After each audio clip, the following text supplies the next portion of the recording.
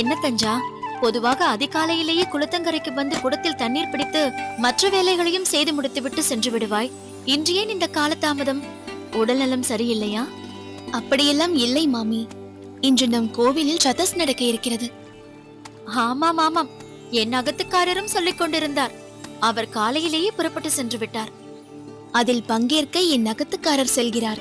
இவரும் காலையிலேயே செல்ல இருந்ததால் அவருக்கு வேண்டிய பணிகளையெல்லாம் செய்து கொடுத்து தளிகையை முடித்து அவரை வழி அனுப்பிவிட்டு வருகிறேன். அதுதான் தாமதமாகிவிட்டது. அதையும் என் அகத்துக்காரர் சொன்னார். ராமானுஜன் பங்கேற்கிறான் என்ற விஷயம் தெரிந்தால் இன்று சதசே களை கட்டும் என்றார். இவனுடைய தர்க்கங்களை கேட்க வெளியூரிலிருந்தும் பண்டிதர்கள் வருகிறார்களாம். அவனை ஒரு விதத்தில் பாராட்டினால் உன்னையும் மெச்சத்தான் வேண்டும். இந்த இளம் பிராயத்திலேயே இவ்வளவு பொறுப்புணர்ச்சியுடனும் பக்குவத்துடனும் நடந்து கொள்கிறாய். உன்னை போல் ஒரு மாட்டு பெண் கிடைக்க எந்த ஒரு மாமியாரும் கொடுத்து வைத்திருக்க வேண்டும். அதே போல் உன்னை இவ்வளவு சிறப்பாக வளர்த்த உன் அம்மாவையும் போற்ற வேண்டும். மாமி, நீங்கள் கூறியது முற்றிலும் உண்மை. நான் ஏதோ இந்த அளவிற்கு இருக்கிறேன் என்றால் அதற்கு அவர்கள் இருவருமே காரணம். குறிப்பாக என் அம்மாவிற்கு நிகரான என் மாமியார். உங்களுக்கு தெரிய நியாயமில்லை. கல்யாணத்திற்கு முன்பிருந்தே, ஏன் சிறு வயதிலிருந்தே அவர் எனக்கு பழக்கப்பட்டவர்தான்.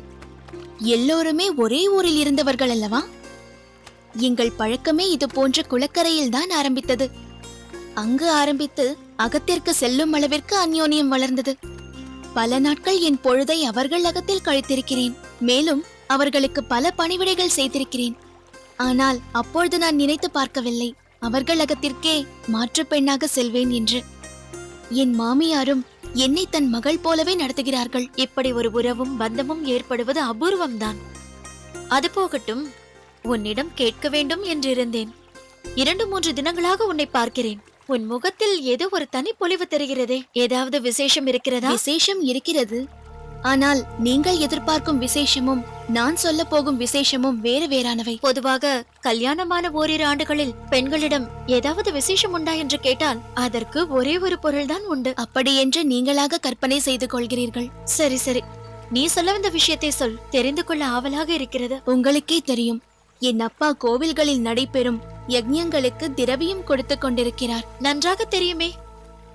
என் அகத்துக்காரர் அதை பற்றி மிகவும் சிலாகித்து சொல்வார். காஞ்சிபுரத்தில் உள்ள திவ்ய கஷேத்திரங்கள் அனைத்திற்கும் அவர்தானே திரவியம் கொடுத்து கொண்டிருக்கிறார். சுத்தமான பிரமாதமான தரம் உயர்ந்த பொருளாக கொடுப்பார் என்று அவர் பிரசித்தி பெற்றவராயிற்றே. ஆமாம் மாமி, இப்பொழுது அந்த பொறுப்பை என் அகத்துக்காரரிடம் ஒப்படைக்கப் போகிறார் என் அப்பா. இனி காஞ்சிபுரத்தில் இருக்கும் திவ்ய கஷேத்திரங்களுக்கு திரவிய பொருட்களை என் அகத்துக்காரரிடமிருந்துதான் வாங்க வேண்டும். அப்படி என்றால் ஓலைச்சுவடி பிடித்த கை இனி திரவிய கட்டுகளை பிடிக்கப் போகிறதா? ஐயோ மாமி, நீங்கள் வேறு இதை அவரிடம் சொல்லாதீர்கள். இதுதான் காரணம் என்று அதிலிருந்து விடுபட்டு விடுவார். நான் விளையாட்டாகத்தான் சொன்னேன் தஞ்சா. நீங்கள் விளையாட்டாக சொன்னீர்களோ விவகாரமாக சொன்னீர்களோ, இந்த பொறுப்பை அவர் ஏற்றுக்கொள்ள வைக்க நாங்கள் பட்ட பாடு எங்களுக்குத்தான் தெரியும். அப்படி என்றால் ராமானுஜனுக்கு இதில் விருப்பம் இல்லையா? அதை எப்படி சொல்வதென்று எனக்கு தெரியவில்லை. நான் முதலில் என் அப்பாவின் விருப்பத்தை அவரிடம் வெளிப்படுத்தியதும் அதை மறுத்தவர் அவர் அம்மா சொன்னதும் உடனே சம்மதித்து விட்டார். ஓ, புரிகிறது. அதற்காக அவனை குறை கூறவும் முடியாது. பெண்களான நம்முடைய சிந்தனை ஒற்றையடி பாதையைப் போல் ஒரே நேர்கோட்டில் சென்று கொண்டிருக்கும். ஆனால் ஆண்களோ பல பாதைகளை ஆராய்வார்கள். தொலைநோக்கு பார்வை கொண்டவர்கள். ஒரு காரியத்தை செய்தால் அதன் பின்விளைவுகள் எப்படி இருக்கும் என்று அலசி ஆராய்பவர்கள். அதனால்தான் முடிவு எடுக்க வேண்டிய பொறுப்பு அவர்களிடம் கொடுக்கப்பட்டுள்ளது. குடும்ப தலைவன் என்று நாம் அவர்களை ஏற்றுக்கொள்கிறோம். நீ கூறிய போது மறுத்ததற்கும் அவனிடம் ஒரு காரணம் இருக்கும். அதேபோல் அவன் அம்மா சொன்னதும் தன் முடிவை மாற்றிக்கொண்டதற்கும் தக்க காரணம் இருக்கும். அவன் ஒரு தீர்க்கதரிசி. அது மட்டுமல்ல, அவனை பற்றி புகழ்ந்து பேசாத வைணவர்களே இந்த ஊரில் யாரும் இல்லை. அவனை சந்தித்தது முதல் என் அகத்துக்காரருக்கு தினமும் ஒரு முறையாவது ராமானுஜனை பற்றி ஏதாவது ஒரு விஷயம் சொல்லவில்லை என்றால் உறக்கமே வராது. அந்த விதத்தில் நீ மிகவும் கொடுத்து வைத்தவள். மற்றவர்கள் பொறாமை கொள்ளும் வகையில் உனக்கு ஒரு அகத்துக்காரர் அமைந்திருக்கிறார். இதில் நான் சொல்ல என்ன இருக்கிறது? எல்லாம் அந்த பெருமாளின் அனுகிரகம். சரி, அதே பெருமாளின் அனுகிரகத்தில் இப்பொழுது ஒரு விசேஷத்தை சொன்னது போல் கூடிய விரைவில் நான் எதிர்பார்க்கும் விசேஷத்தையும் வந்து சொல். மாமி, இப்படி பேசிக்கொண்டே இருந்தால் மேலும் எனக்கு நேரமாகிவிடும். அகத்தில் அம்மா காத்துக் கொண்டிருக்கிறார்கள். அவர்களுக்கு நான் சென்றுதான் அமுது படைக்க வேண்டும். நான் வருகிறேன்.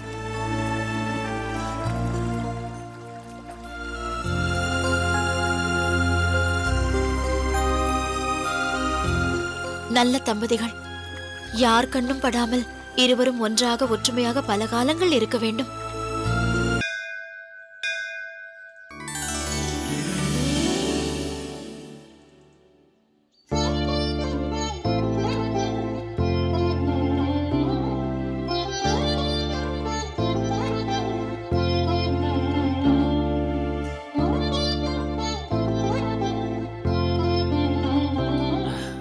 நம்பிகளே, இந்தாருங்கள்.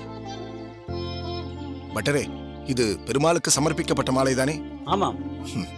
பட்டரே, மாலை பொழுதில் செய்ய வேண்டிய திருமஞ்சனத்திற்கு தேவையான பொருட்கள் எல்லாம் தேவையான அளவு இருக்கிறதல்லவா? தாராளமாக இருக்கிறது. அடியேன் கொடுத்த மாலைகள் அனைத்தையும் வரதற்கு சூடிவிட்டீர்களா? ஓ ஆமாம்.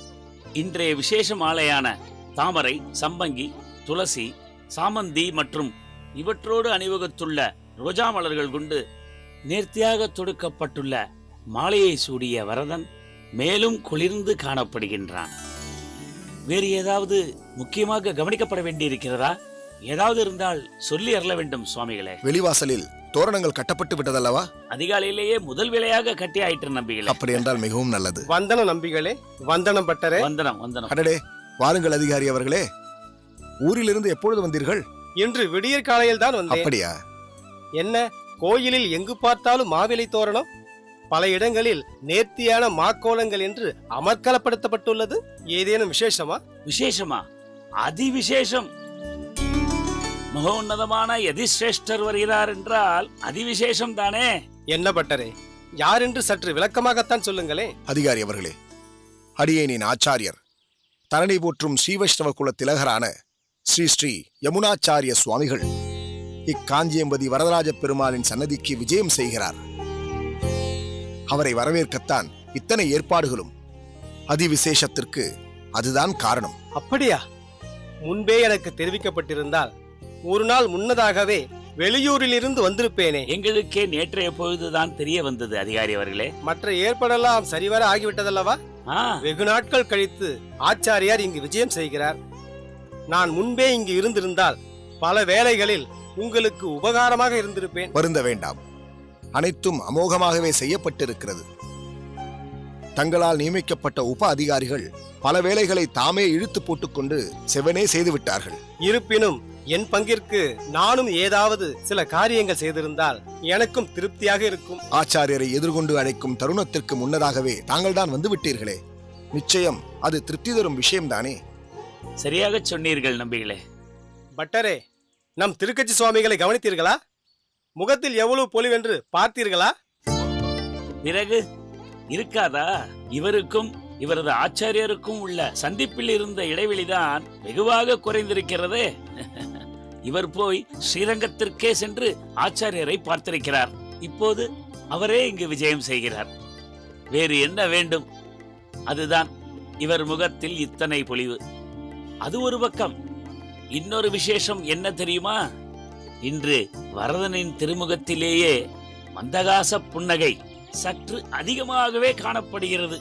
அப்படி ஒரு பேரானந்தம், குதூகலம். ஓ, தங்களுக்கும் அது தெரிந்து விட்டதா பட்டரே? ஆலவட்டத்தை அடியேன் சுழற்றிய விதத்தில் தான் வரதன் மகிழ்ந்திருக்கிறான் என்று நினைத்தேன். இப்போதுதான் அடியேனுக்கு புரிகிறது. தன் பரம பக்தரும் வைஷ்ணவ குல பூஷணமும் தன்னுடைய மேலான ஸ்தலத்திற்கு நல்வழி காட்டிடும் ஆச்சாரிய சிரோன்மணியுமான யமுனாச்சாரியார் தன்னை தரிசிக்க வருகிறார் என்ற மற்றற்ற மகிழ்ச்சியும் தான் வரதனை வெகுவாக பூரிக்கச் செய்திருக்கிறது. அவனுடைய திருமேனியும் அதீத காந்தியுடன் காட்சியளிக்கிறது. நம்பி சுவாமிகளே, ஒரு சிறு விண்ணப்பம். தங்களின் பேச்சு சாமர்த்தியத்தால் ஆச்சாரியரை சில காலங்களாவது இங்கு காஞ்சியம்பதியிலேயே தங்கியிருக்கும்படி செய்ய வேண்டும். நல்ல யோசனைதான். அடியேனுக்கும் அதில் பெரும் உகப்புதான். இருப்பினும் ஆச்சாரியர் செவிசாய் தருள வேண்டுமே. அவரின் திருமணத்தை அவரே அறிவார், இந்த வரதனும் அறிவார். சரியாக சொன்னீர்கள். வரதன் விரும்பிதானே ஆச்சாரியரே இங்கு வர சித்தமாகி இருக்கிறார். வரதனை தரிசிக்க வேண்டும், இங்குள்ள பலரையும் அனுகிரகிக்க வேண்டும். அதிலும் குறிப்பாக சிலரை விசேஷமாக கடாட்சிக்க வேண்டும் என்றும் சங்கல்பம் செய்திருக்கிறார் நம் ஆச்சாரி. சாமி, சாமி. என்ன சாரதி? உங்க குருநாதர், அதான் ஆச்சாரியர் கோயிலுக்குள்ள வந்துட்டாரு சாமி. அப்படியா? சொன்ன நேரத்தை விட முன்பாகவே வந்து விட்டாரே. பட்டரே, ஆச்சாரியருக்கு பூரண கும்ப மரியாதையை நீங்களே செய்து விடுங்கள். எடுத்து வாருங்கள். இதோ வருகிறேன். சாரதி, சாமி. நீ சென்று திருக்குடையை எடுத்து வா. சரிங்க சாமி. வாருங்கள் அதிகாரி அவர்களே. சரி.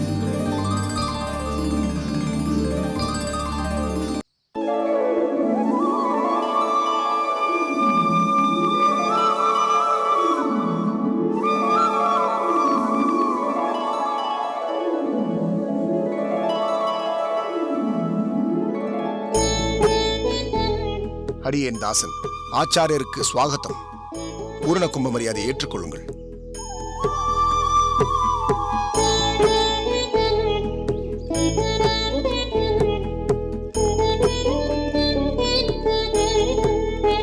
சுவாமி, தங்களின் வரவால் இந்த காஞ்சியம்பதியே புது பொலிவு பெற்றிருக்கிறது.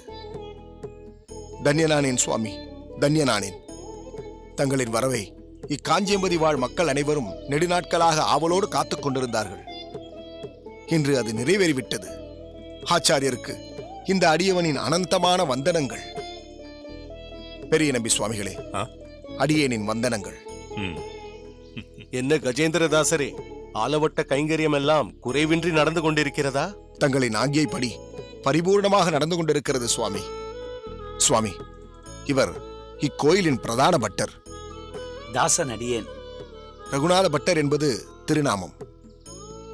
இவர் கோயில் அதிகாரி. பெயர் கருணாகரன். அடியேன் தாசன்.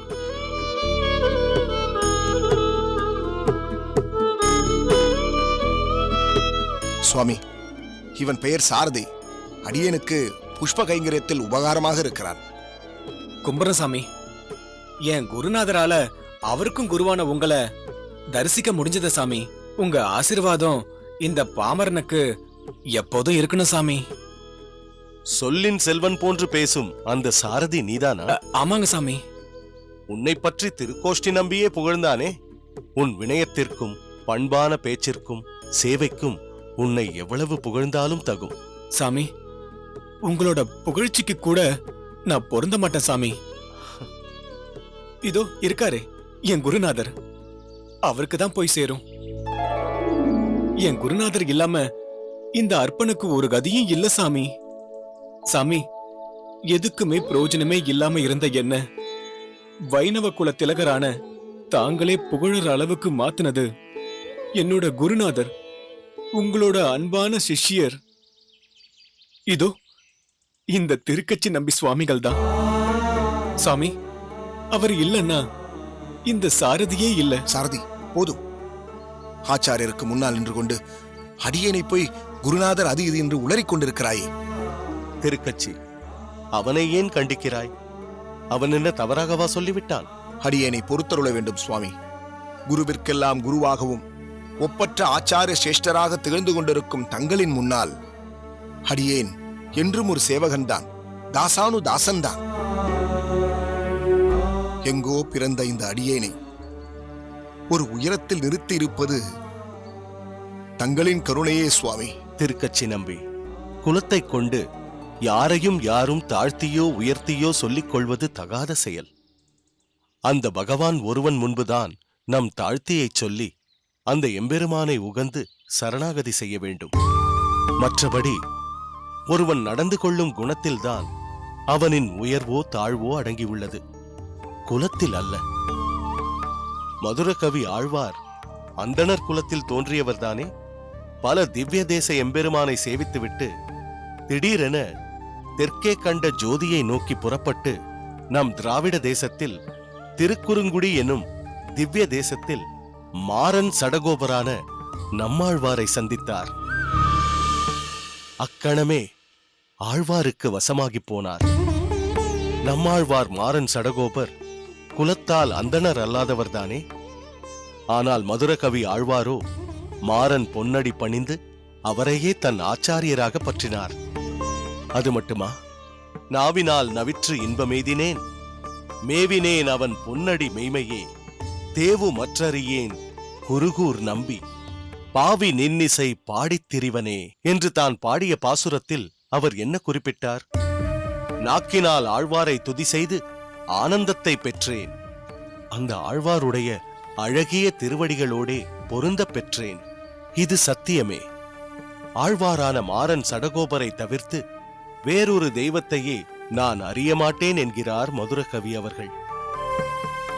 மேலும் திருநகரி என்னும் இவ்வூரின் தலைவரான ஆழ்வாரின் அருளிச் செயல்களான வேதத்திற்கு சமமான தமிழ் திராவிட திவ்ய பிரபந்தங்களையே தன் மனம், வாக்கு மற்றும் தேகத்தால் அனுபவித்து பாடியபடி திரிவேன் என்று சபதமிட்டுச் சொல்கிறார்.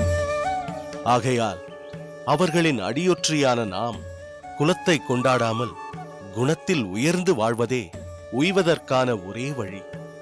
அவ்வகையில் கஜேந்திரதாசனான திருக்கச்சி நம்பி, நீ ஒரு உயர்ந்த குணவான்.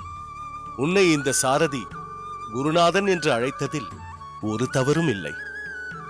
நீ இன்னும் பல சிரேஷ்டர்களுக்கு குருவாக திகழ்வாய், திகழ்கிறாய். என்ன சாரதி, அடியேன் சொன்னது சரிதானே? சாமி, குருவுக்கு குருவான என் சாமி, உங்க பேச்சில தவறுக்கு ஏது சாமி வாய்ப்பு? எம்புட்டு விஷயத்த இந்த மரமண்டைக்கு புரியும்படி எத்தனை அழகா சொன்னீங்க. இது அத்தனையும் கேட்டதனால இந்த கட்டை நல்லா வேகுங்க. அப்பா சாரதி, உனக்கு ஒரு குறையும் வராது. தன்னடக்கத்தோடு இருப்பவன் என்றும் நாசமடைய மாட்டான். இதுதான் வைணவத்தின் மையமான வாக்கு.